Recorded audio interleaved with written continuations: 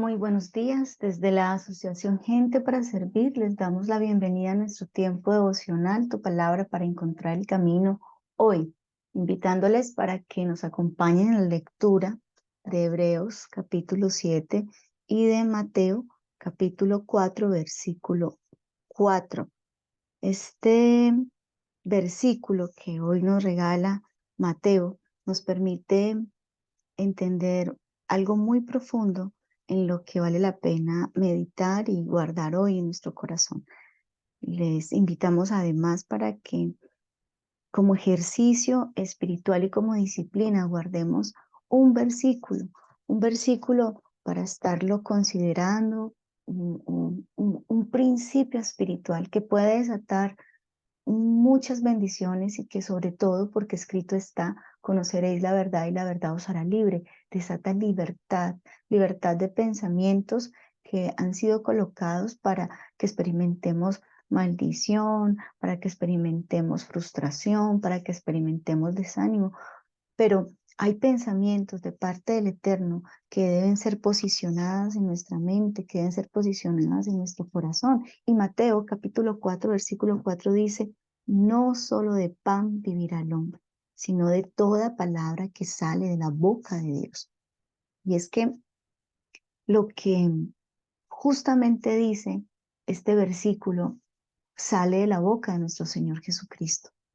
Porque quizás es precisamente el alimento físico lo que más nos afecta, incluso en la práctica, cuando no comemos a tiempo, cuando no nos saciamos físicamente, cuando no le damos a nuestro cuerpo físico los nutrientes, empezamos a sentirnos mal. Primero viene ese sentimiento incluso para muchos de mal genio, otros de agonía, y ya luego pues vienen esos otros efectos físicos de debilidad y, y no consideramos nuestra vida sin alimento, sin sustento. Si de hecho todos los esfuerzos del hombre están en función de esto. Sin embargo, el Señor Jesucristo nos regala una perla para que hoy la tomemos, para que la consideremos, para que esa perla hermosee nuestra vida. Y tiene que ver con el pan, con el sustento, con el verdadero sustento espiritual. Y lo dice el Señor Jesucristo, no solo de pan vivirá el hombre, sino de toda palabra que sale de la boca de Dios. Y es que de esto precisamente nos va a hablar también el autor de Hebreos, puesto que en el capítulo 7 nos vamos a encontrar con la importancia de la palabra. En primer lugar, es importante entender que cuando nos acercamos al libro de Hebreos, sí hay un sistema religioso que se le está explicando porque como su nombre lo indica, este libro fue escrito para los hebreos, es decir, que cualquiera que desconozca el sistema religioso de este pueblo, sí, pues va a ignorar a profundidad el sentido que el autor quiere darle. Es como cuando estamos aquí y quizás nuestro entorno cultural, nuestras, eh, nuestra forma de ver, de hablar, ¿sí? Y quizás es muy difícil cuando un extranjero quiere acercarse a un texto que fue escrito desde nuestro contexto. Así que es importante entender muy bien el contexto en el que el autor de Hebreos quiere dejar su enseñanza. Y ese contexto religioso tiene una base con respecto al acceso a Dios. Y es que en primer lugar, la palabra, la ley, ¿sí? Es fundamental para que el hombre pueda acercarse a Dios. En el pensamiento del pueblo judío está que para tener una amistad con Dios, para tener una puerta abierta a su presencia, es fundamental la ley, es es fundamental la palabra, el escrito está, el cumplimiento de esa palabra. De ahí que viene entonces esa situación para resolver el no poder cumplir o hacer conforme al escrito que vienen los sacrificios. Y por eso ya viene lo segundo. Entonces, lo primero es que hay que cumplir una ley.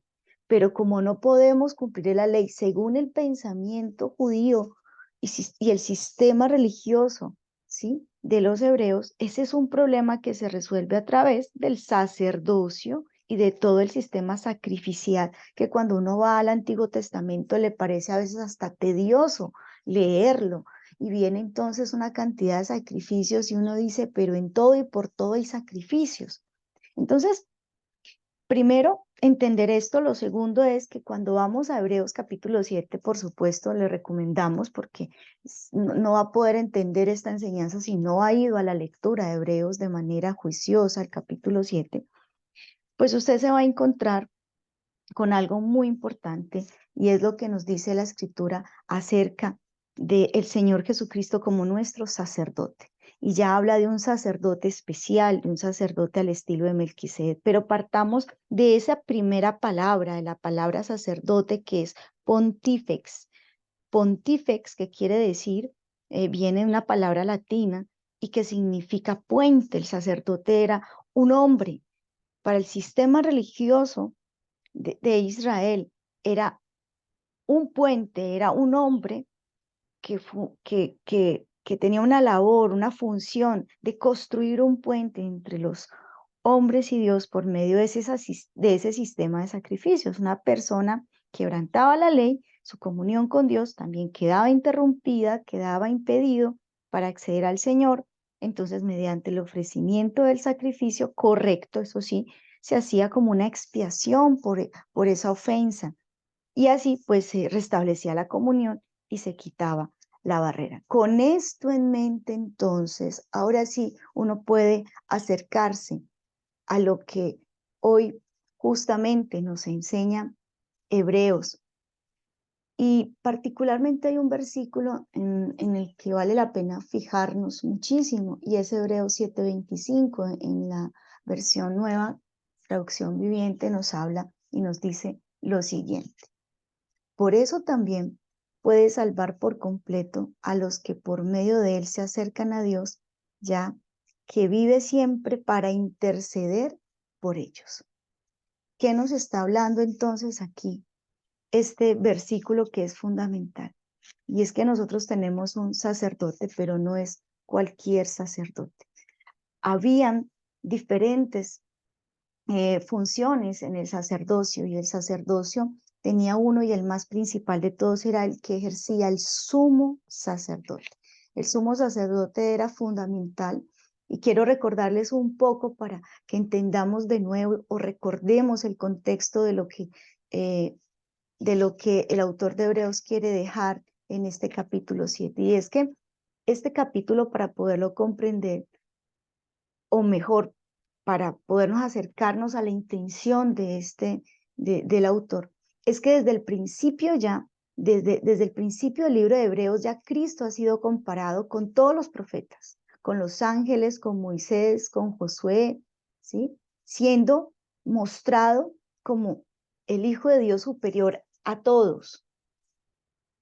Pero ahora nos vamos a encontrar con una comparación muy, pero muy importante, puesto que aquí ya el autor de Hebreos muestra a Jesús superior a Aarón. ¿Y quién era Aarón? ¿O qué representaba Aarón? Aarón fue el primer sumo sacerdote en el Antiguo Testamento.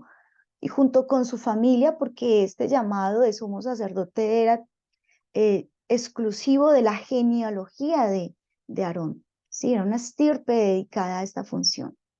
Aarón y su familia estaban a cargo de los rituales y de los sacrificios que Dios pues le había mandado a Moisés que se realizara en el desierto.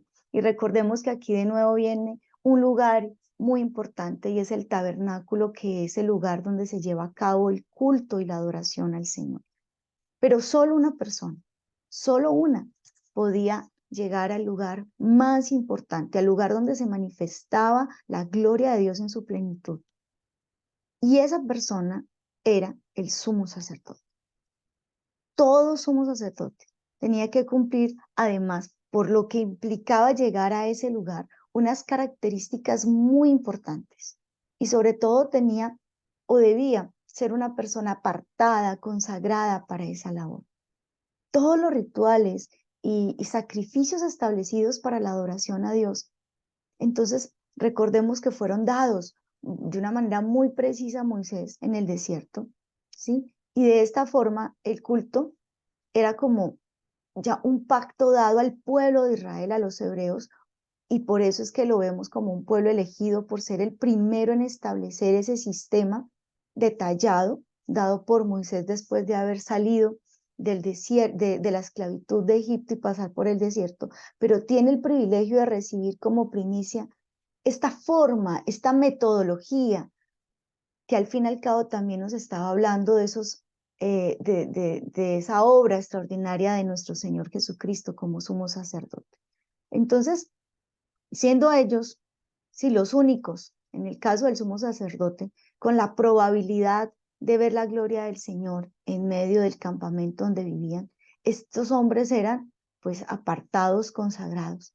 Pero aquí en el capítulo 7 nos vamos a encontrar con un nuevo pacto, con un nuevo sistema de oración, con un nuevo sacrificio, con una nueva forma de sacerdote donde todo el mundo, oído, todo el mundo tiene la probabilidad de ver la gloria de Dios en medio de su vida, en medio de su familia. Y por eso es muy importante que nos fijemos en este capítulo 7, porque yo primero debo entender quién es Jesús y cómo como sumo sacerdote Él se presenta. Él se presenta y no es solo comparado con Aarón de esa línea tan superior a todos en ese momento, sino que es comparado con un sumo sacerdote que lo plantea el autor de Hebreos y es Melquisedec. Melquisedec aparece en el Antiguo Testamento, primero en Salmos, en el Salmo 110, versículo 4, dice, el Señor ha jurado y no se volverá atrás. Tú eres sacerdote para siempre de la orden de Melquisedec. Y también Génesis 14, del 17 al 20, nos relata la historia de Melquisedec, la original. Dice que y el rey de Sodoma le salió al encuentro a Abraham en el valle de Sabe, que es el valle del rey. Y Melquisedec, el rey de Salem, trajo pan y vino. Era sacerdote del Dios Altísimo. Y bendijo a Abraham diciendo, bendito sea Abraham del Dios Altísimo, creador del cielo y la tierra, y bendito sea el Dios Altísimo que te ha entregado a tus enemigos en tus manos. Y Abraham le dio la 10ª parte de todo. Es ese reconocimiento de que Abraham estaba sujeto o reconoció ese sacerdocio. Ahora, ¿por qué es tan importante Melquisedec? Porque aquí ni siquiera vamos a hablar si el sacerdocio, el sumo sacerdote, era muy importante, pero era establecido por Aarón. Pero primero recordemos que este sacerdote Melquisedec aparece antes de Aarón, ¿sí? Aarón representa en el sistema religioso para ese momento del pueblo de Israel el más alto en su línea para servir a Dios, digamos por ese privilegio que tenía. Pero es que antes de establecerse el mismo sistema, antes de que apareciera a través de Moisés una ley, antes de establecerse un sistema religioso a través de Moisés, antes de eso se estableció una relación a través de Abraham. Por eso Abraham fue llamado amigo de Dios. Y Abraham entonces se encuentra con este sumo sacerdote que es tan, pero tan importante. Melquisedec, entonces, nos muestra lo siguiente, porque es que en los estudios, para uno acercarse al conocimiento de la escritura, no es solamente lo que está escrito, sino que para el caso de Melquisedec y para, digamos, el entendimiento de la mente judía, es muy importante no solo lo escrito, sino lo que no está escrito. Y ya usted me va a poder entender porque cuando uno se acerca a Melquisedec, haciendo la comparación con Aarón, por ejemplo, según Aarón, que era muy importante, la genealogía. ¿Qué vemos en Melquisedec? Melquisedec no tiene genealogía, no tiene ni padre ni madre. Y eso está muy claro porque esto lo está diciendo la misma escritura. En el versículo 3, cuando usted se acerca a Hebreos 7:3, se va a dar cuenta que Melquisedec, de alguna manera, no tiene una genealogía. Y por eso es importante entender que el argumento sacado del silencio de la escritura nos está ya dando un mensaje. Y esto es muy extraño por dos razones. Primero, porque es lo contrario a lo que encontramos en Génesis. Cuando usted va a Génesis, que abundan las largas listas de antepasados de los personajes, pero Melquisedec aparece en escena como si no viniera de ninguna parte. Pero todavía más y más importante, tiene que ver con esas reglas que yo les estaba diciendo del sacerdocio arónico, que dependía totalmente de la descendencia. Bajo la ley judía, nadie podía llegar, a menos que, digamos, que tuviera alguna situación que lo detalla física, pero realmente lo único importante para ser sumo sacerdote era que fuera de la descendencia arónica. De hecho, cuando los judíos fueron llevados cautivos, les recuerdo, y estuvieron en el exilio, algunas familias no pudieron presentar como esas partidas generacionales y por eso fueron destituidas del sacerdocio para siempre. Eso lo narra Esdras y Nehemías en el capítulo 2 y Nehemías en el capítulo 7. Y por otra parte, si un hombre podía presentar como una especie de linaje que le remontara a Aarón, ¿sí? Excepto por esos como cualidades o defectos físicos que establecía la ley en ese momento, no había nada en el mundo eh, que le impidiera ser sacerdote. La genealogía lo era todo, literalmente lo era todo. Así que la primera y gran diferencia entre los dos sacerdotes establecidos es que el sacerdocio arónico dependía de la descendencia generacional y el sacerdocio de Melquisedec dependía exclusivamente de las cualidades personales. El sacerdocio de Melquisedec se basaba en lo que se era, no en lo que se heredaba. Como alguien decía, la diferencia estaba en que uno se basaba en la legalidad, en el caso de Aarón, y otro en la personalidad, porque aquí vemos entonces también lo que dice Hebreos 7, del 1 al 3, porque empieza a hablar de unas cualidades, porque no tenía genealogía, ¿sí? Como que las cosas viejas pasaron, literalmente aquí se cumple esto, y usted debe entenderlo de esa manera, porque no importa usted de dónde viene, no importa lo que hizo incluso, su pasado, bajo la sangre de Cristo, si hablamos ya de una manera más práctica en nuestra vida. Pero en detalle, si recogemos las cualidades de Melquisedec, vamos a ver esa personalidad. El nombre Melquisedec quiere decir ya literalmente rey de justicia. Y la palabra Salem quiere decir paz. O sea, este sacerdote como tal, en su nombre, ya nos está declarando quién es. Y por su procedencia, ¿de dónde y de qué reino viene? Príncipe de paz. Recordemos más adelante las profecías en Isaías. Por tanto, era también rey de paz. Y aquí hemos visto que no tenía genealogía, ¿sí? Y de nuevo el autor de Hebreos deduce su argumento del silencio de la escritura. No se nos dice cuándo empezó, cuándo terminó su sacerdocio Melquisedec, ni la fecha de su nacimiento, ni su muerte. Por tanto, de ahí también se deduce que no tuvo ni principio ni fin y que su sacerdocio es perpetuo, eterno. Y de aquí podemos entonces deducir 5 cualidades del sacerdocio de Melquisedec. Primero, entonces, es un sacerdocio de justicia. Segundo, es un sacerdocio de paz. Tercero, es un sacerdocio real, porque Melquisedec era rey. Y hay unos, bueno, la verdad era Hoy hay unas investigaciones arqueológicas muy interesantes que hablan de este rey, como hablamos de Melquisedec, ¿sí? Y esto lo están estudiando. Hay que orar mucho por la paz en Tierra Santa, porque ahí en la ciudad de David, hallazgos del último año acerca de este rey Melquisedec. Es además un sacerdocio personal, no heredado porque no tiene genealogía, y es un sacerdocio eterno porque no tiene nacimiento ni muerte, y su sacerdocio no tiene ni principio ni fin. Y con esto entonces quisiera dejarles la meditación en nuestro corazón.